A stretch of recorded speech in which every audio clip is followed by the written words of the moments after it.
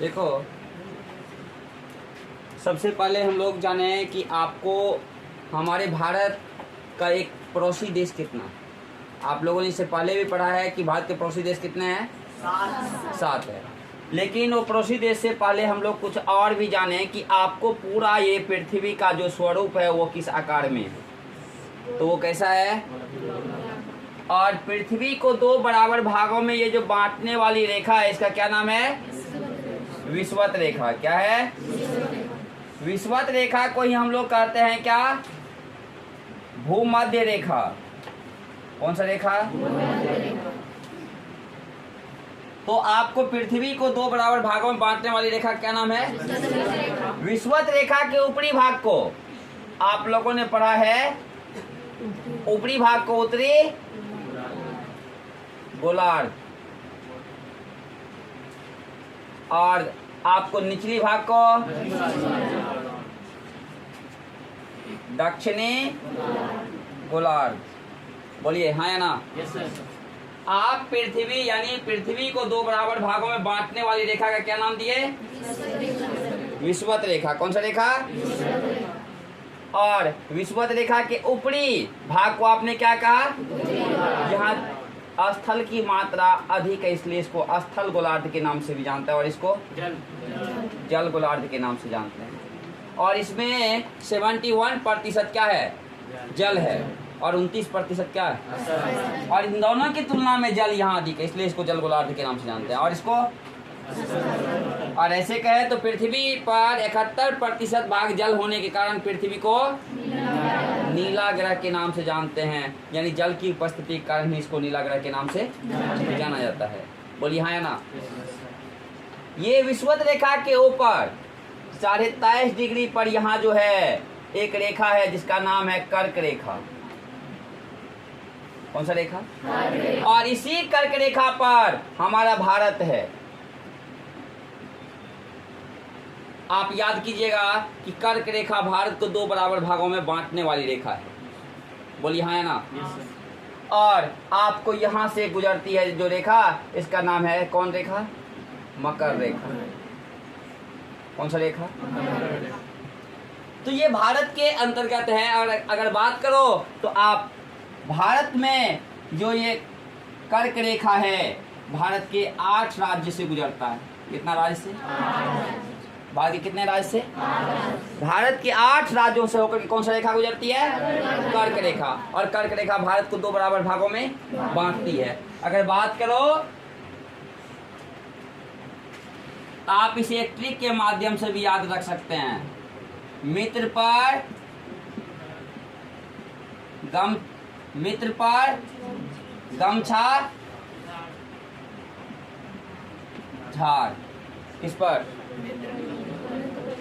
मित्र का मतलब क्या? आप एक राज्य हमारे भारत का जानते हैं क्या? मिजोरम। और अगर आप तरह का नाम जानते हैं तो इससे दीजिए त्रिपुरा। पर आप इससे बनाइए पश्चिम बंगाल। पर तो र से राजस्थान, और गुजरात,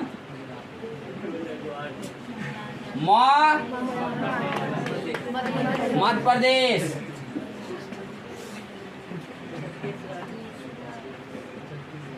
इससे इसी मध्य प्रदेश से ना 2000 ईस्वी में कौन सा राज्य बना? और ये झाड़ से झरल है अपना बिहार से अलग होने वाला 2000 ईस्वी में कौन राज्य? झारखंड। ये आपको हमारे भारत में ये 8 राज्यों से होकर गुजरता है। कौन सा रेखा? कर्क रेखा। यानी आपको गुजरात, छत्तीसगढ़, झारखंड, मध्य प्रदेश, राजस्थान, पश्चिम बंगाल, त्रिपुरा और मिजोरम, ये 8 राज्यों से होकर कौन सा रेखा गुजरती है? कर्क रेखा। और कर्क रेखा पूछता है कि कितने राज्यों से गुजरती है? भारत में कितने राज्यों से होकर के? और पूछेगा कर्क रेखा विषुवत रेखा के किस भाग से गुजरती है? उत्तरी गोलार्ध से, यानी ऊपरी भाग से, हाँ या ना। और अगर बात करें तो इसी में अगर आपको विषुवत रेखा की ये ऊपरी भाग में है, क्या ऊपरी भाग में, क्या कर्क रेखा, और मकर रेखा कहाँ है, निचली भाग में। ये भारत के अंतर्गत ये जो राज्य हैं, भारत के अंतर्गत जो ये राज्य हैं, इस राज्यों में से अगर देखी जाए तो आपको सबसे अधिक क्षेत्रफल वाला राज्य कौन है, राजस्थान है। कौन सा राज्य है, राजस्थान है। और आपने जाना है कि भारत में सबसे अधिक जनसंख्या वाला राज्य उत्तर प्रदेश है, बोलिए हाँ या ना। और भारत में सबसे अधिक जनसंख्या घनत्व वाला राज्य बिहार है। तो आप बिहार ना इसमें मिल रहा है ना आपको उत्तर प्रदेश मिल रहा है, बोलिए मिल रहा है इसमें। अगर आप इसके अलावा कहें तो भारत और भारत के जो अन्य पड़ोसी देश है, तो भारत के पड़ोसी देशों में कौन है, पड़ोसी देश में भारत से बनने वाला देश पाकिस्तान, जो 1947 में बना भारत से अलग होकर के। और सबसे ज्यादा यानी आपको दोनों के बीच विवाद, भारत अपनी निगाहों में सबसे बड़ा दुश्मन मानता है पाकिस्तान को, और पाकिस्तान मानता है भारत को। क्योंकि जो बनता है अलग होता है ना, याद रखिएगा, हमारे पापा दो भाई अगर हैं, दोनों बाद में अलग होते हैं तो एक दूसरे के दुश्मन बन जाते हैं अधिकांशतः जमीन वगैरह के लिए। तो वही बात है कि भारत से अलग होने वाला देश एक पड़ोसी देश है, कौन, पाकिस्तान। भारत और पाकिस्तान के बीच एक अंतर्राष्ट्रीय सीमा रेखा बनाई गई थी रेडक्लिफ नाम के व्यक्ति के नाम पर, इसलिए उसका नाम पड़ गया रेड क्लिफ लाइन। कब बनाई गई, 47 ईस्वी में, बोलिए हाँ या ना। अन्य दूसरा देश है बांग्लादेश। याद कीजिएगा, बांग्लादेश पाकिस्तान से ही अलग होके बना। कब बना, 1971 में। 1971 में। कौन सा देश, बांग्लादेश भारत के पूर्व की ओर है या नहीं। इसके अलावा अगर आप बात करो तो भारत को एक सबसे बड़ा, यानी पाकिस्तान के बाद अगर भारत को दुश्मनी है किसी से तो वो है चीन से। क्योंकि भारत पाकिस्तान आप याद कीजिए कि कितना बार लड़ चुका है। 1947-48 विभाजन के समय होवे किया, 65 में होवे किया, 71 में होवे किया, और 99 में हुआ ही युद्ध। किससे, पाकिस्तान से। इतने बार होने के बावजूद भी पाकिस्तान की सब बार क्या हुई, हार हुई। उसके अलावा भारत को चीन से एक बार हुआ 1962 में। किससे, चीन से। और जैसे यहाँ रेड क्लिफ लाइन है, ऐसे ही भारत और चीन के बीच एक है मैकमोहन नाम के व्यक्ति के नाम पे पड़ा था, मैकमोहन रेखा, और ये 1914 में बनाई गई, आजादी से पहले। इसके अलावा भारत का पड़ोसी देश है आपको नेपाल। नेपाल एकमात्र ऐसा देश है जहां वीजा की कोई आवश्यकता नहीं है भारत से नेपाल जाने के लिए। वीजा मतलब पारपत्र, यानी एक देश से दूसरे देश जाने के लिए एक पारपत्र बनाना पड़ता है, एक वीजा बनाना पड़ता है, वो आपको बनाने की आवश्यकता नहीं है। इसके अलावा आपको अन्य पड़ोसी देश है भूटान। इसके अलावा भी आपको है और इसके अलावा भी है 7वां देश अफगानिस्तान। जिस प्रकार से आपने देखा भारत और पाकिस्तान के बीच अंतरराष्ट्रीय सीमा रेखा क्या नाम है, और भारत और चीन के बीच, ऐसे ही भारत और अफगानिस्तान के बीच है डूरांड रेखा। क्या है, डूरांड रेखा, जो 1896 में ही बनाई गई थी। डूरांड रेखा कब बनाई गई थी, 1896 में। एक सर डूरांड नाम के व्यक्ति के नाम पर इसका रखा गया नाम डूरांड रेखा। किसके किसके बीच, भारत और अफगानिस्तान के बीच एक अंतर्राष्ट्रीय सीमा रेखा। अगर इसमें देखी जाए इन 7 पड़ोसी देशों में सबसे ज्यादा हम लोग को जो विवाद है वो आपको पाकिस्तान और चीन से। किससे, ऐसे अगर बात करो बांग्लादेश से, तो बांग्लादेश के भी बहुत सारे लोग, यानी अभी सबसे ज्यादा अगर हमारे देश में लोग हैं विदेशी तो बांग्लादेश के लोग हैं। 30 लाख लगभग बांग्लादेश के लोग यहाँ अपने भारत में भी। तो आपको बांग्लादेश की जो लोग हैं यहाँ, इसीलिए आपको एक आंसू आंदोलन हुआ था। कौन सा, AASU, all Assam students union, इसका पूरा नाम क्या होता है?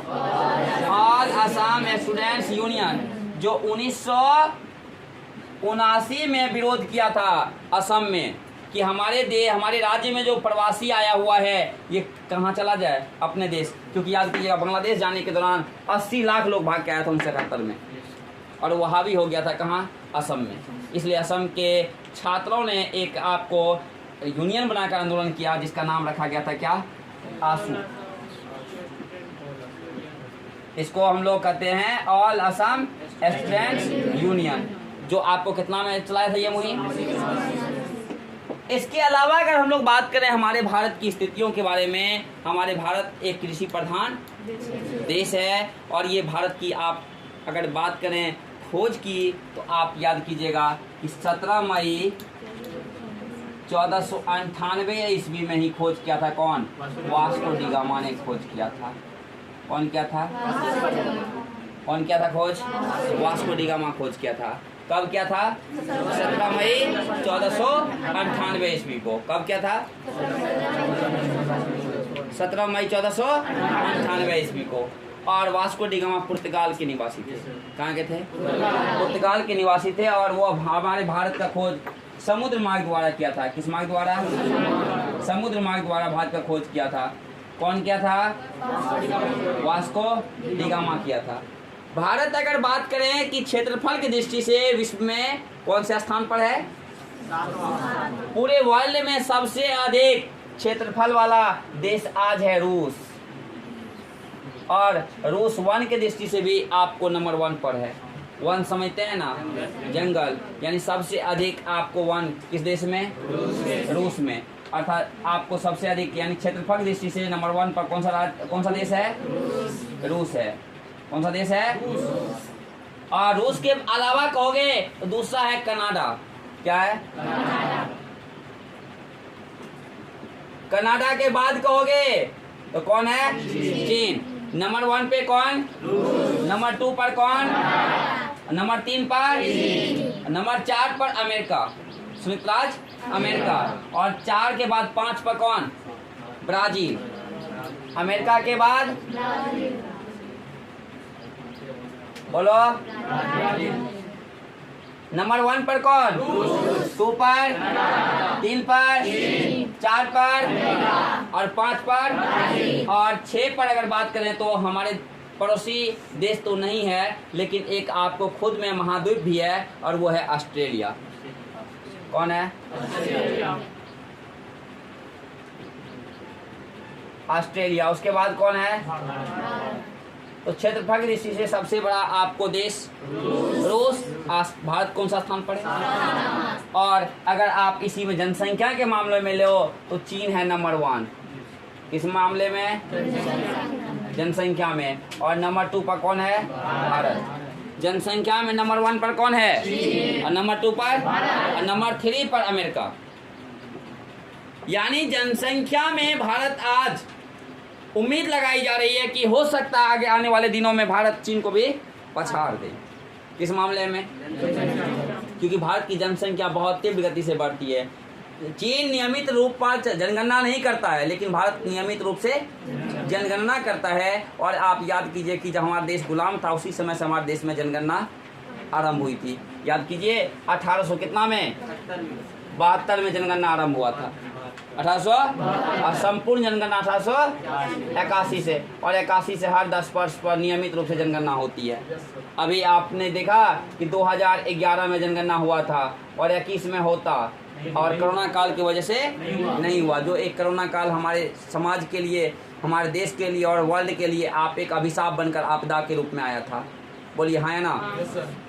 तो आप इस प्रकार से भारत की विभिन्न अवस्थाओं या भारत की विभिन्न विधि व्यवस्थाओं के बारे में जान सकते हैं। लेकिन सबसे ज़्यादा अगर क्वेश्चन उठाई जाती है तो आप जान सकते हैं कि भारत के जो आपको भारत के कितने राज्यों को कर्क रेखा, यानी कर्क रेखा कितने राज्यों से होकर गुजरती है।